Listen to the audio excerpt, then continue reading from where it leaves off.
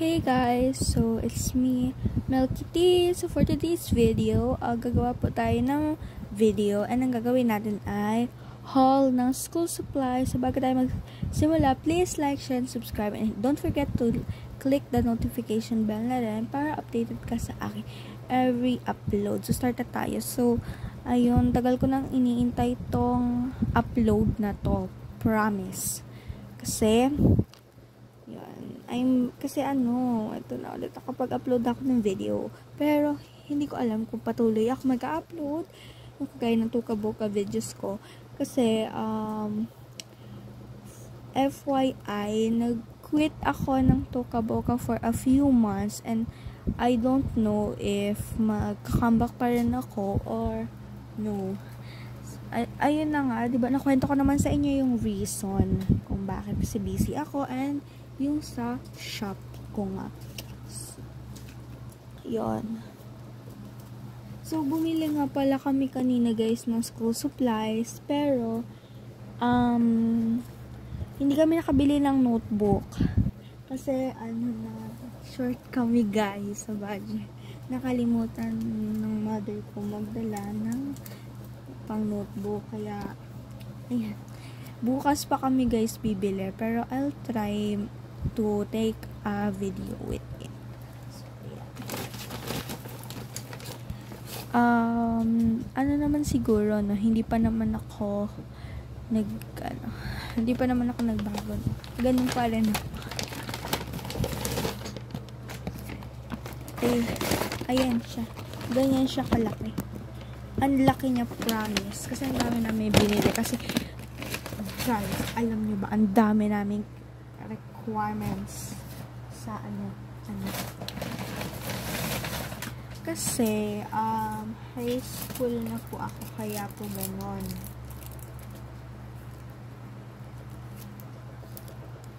So ayun, start na tayo. So dito muna tayo sa intermediate. Ganyan siya.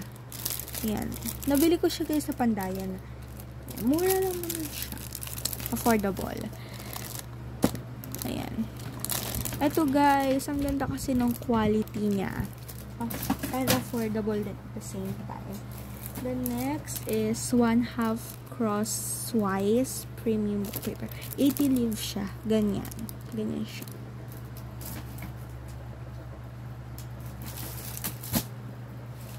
And next, meron tayong 1/2 lengthwise. Yan, lengthwise siya guys. And next is 1/4. I don't know if gagamitin namin to for quizzes or whatever. And next, itong MAC paper. Index paper. Hello, sorry kung puro kasi iniisip ko talaga yung salita. And next is HBW office. Stick on note. Kasi kailangan namin siya. Ewan ko. Basta kailangan namin siya. And fun fact. Akala ko, ito yung ganyan. Line siya. Kaya ang basa ko dyan is HBV. Which is mali. It's HBW. Next is multi-use paper. At to short ba to? Ayun, short bond paper. Next one is itong long bond paper. Dalawa na yung binili namin in case mamaya kailangan pala namin ng short and long. Kaya, binili natin to. And next, itong correction tape. Ang cute niya guys. White siya. And I also love the color in here. Next is the colored paper. Wala kaming mabili na yung tigi-isa talaga ng color sa Pandayan. Kaya ang binili ko na lang is yellow.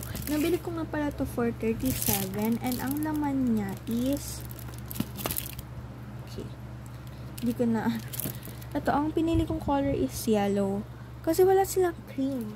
Ganda pa naman kapag cream. And Nabili ko pala siya ng 37 pesos. And next is Crayola. 16 colors siya. Dapat 24 talaga dapat yung bibilin ko. Pero, mas pinili ko na lang yung yung 16 kasi malay mo hindi naman siya magamit. And next is highlighter. Nabili ko siya for 14 pesos. 14 pesos siya ha. Highlighter. Ito yellow siya. Ang cute. Hindi ko siya mabuksan. Wag na nga. And next is ito. Ayan, second. Then next is Mongol pencil. 3 pieces. Ayan. Next is ito. Star. Yellow din siya. Kasi, favorite color ko is yellow. Kaya, ganun. Ayun. Then, next is itong ball pen. Red ball pen. Wait lang. May binili pa kami. Kaso, nawala. Wait lang. Next one is this black ball pen. Black siya. No? Ayan. Cutie. Then, next is we have eraser, of course. Next one is this pencil case. Hindi ko siya binili kasi childish siya. Pero binili ko siya para mag-fit siya doon sa bag ko. Kasi gusto ko kasi clear, pero ito lang nahanap ko. Tsaka nagmamadali kami. Kaya ito na binili. Ang cute niya. Ayan. Ang dami mong pwede malagyan. And, ito din. Ay, hindi. Wait lang. Ito pa pala. Portfolio kapag may kulang kami sa school. Ayan, next is ito. Envelope. Malaki siya. And, guys, ang cutie kasi binigyan kami ng freebies nung pagkalabas na. And, meron akong sharpener here, pencil sharpener, and ito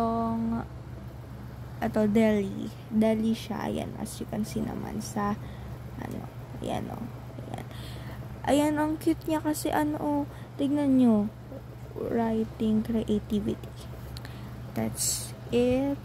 Goodbye guys, love you, and I miss you guys so much.